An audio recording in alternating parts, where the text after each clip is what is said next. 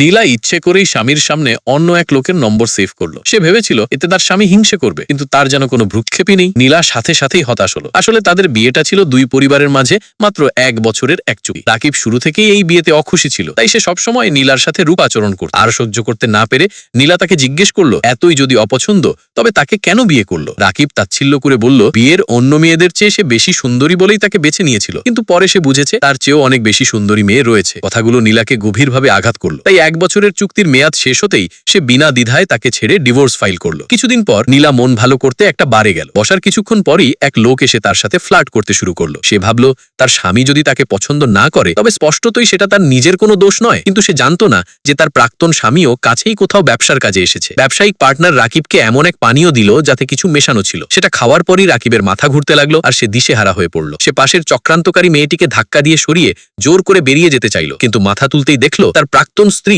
অন্য এক প্রেমিকের সাথে আনন্দে নাচছে। নীলার এমন রূপ সে আগে কখনো দেখেনি। তার উজ্জ্বল হাসি দেখে রাকিবের হঠাৎ খুব হিংসে হলো। সে ছুটে গিয়ে প্রেমিকটিকে ধাক্কা দিয়ে সরিয়ে দিল আর নিজেকে সামলাতে না পেরে নীলাকে চুমু খেয়ে বসলো। সেই রাতে তারা দুজন একসাথেই রাত কাটালো। এসবের পর নীলা ভাবলো রাকিব হয়তো অবশেষে তাকে ভালোবাসতে শুরু করেছে, কিন্তু তাকে ফোন করতেই সে ওপাশে অন্য এক মেয়ের কণ্ঠ শুনতে পেল। নীলা ঘাবড়ে গিয়ে দ্রুত ফোন কেটে দিল আর তাকে পুরোপুরি ভুলে যাওয়ার সিদ্ধান্ত নিল। এর কিছুদিন পরই নীলা সেই আগের প্রেমিকের সাথে ক্যাম্পিং এ গেল। অপ্রত্যাশিতভাবে তার প্রাক্তন স্বামীও সেখানে উপস্থিত ছিল। তাকে দেখে নীলা থমকে গেল, কিন্তু তার পাশে দাঁড়ানো নতুন মেয়েটিকে দেখে সে রাগে ফুঁসতে ফুঁসতে ভাবলো মেয়েটা তো তার মতো সুন্দরও নয়। ঠিক তখনই প্রেমিকটি তাকে নিজের প্রেমিকা হিসেবে পরিচয় করিয়ে দিল। নীলা ইচ্ছে করেই কোনো প্রতিবাদ করলো না। একথা শুনে রাকিব প্রচন্ড রেগে গেল আর নিজের আবেগ মেটাতে একাই মদ খেতে লাগলো। সত্যিটা হলো নিজের অজান্তেই সে ততদিনে নীলার প্রেমে পড়ে গিয়েছিল। নীলা প্রেমিকটিকে টেনে নিয়ে দ্রুত সেখান থেকে চলে গেল। সে জানতো না যে রাকিবের পাশের ওই নতুন মেয়েটি আসলে কেবলই তার ব্যবসায়িক পার্টনার। কিছুক্ষণ পর নীলা বিশ্রাম নিতে তার হোটেল রুমে ফিরল, কিন্তু হঠাৎ তার পেটে প্রচন্ড ব্যথা শুরু হলো। সে সাথে সাথেই সাহায্যের জন্য ফোন করলো, কিন্তু ঘোরের বাসে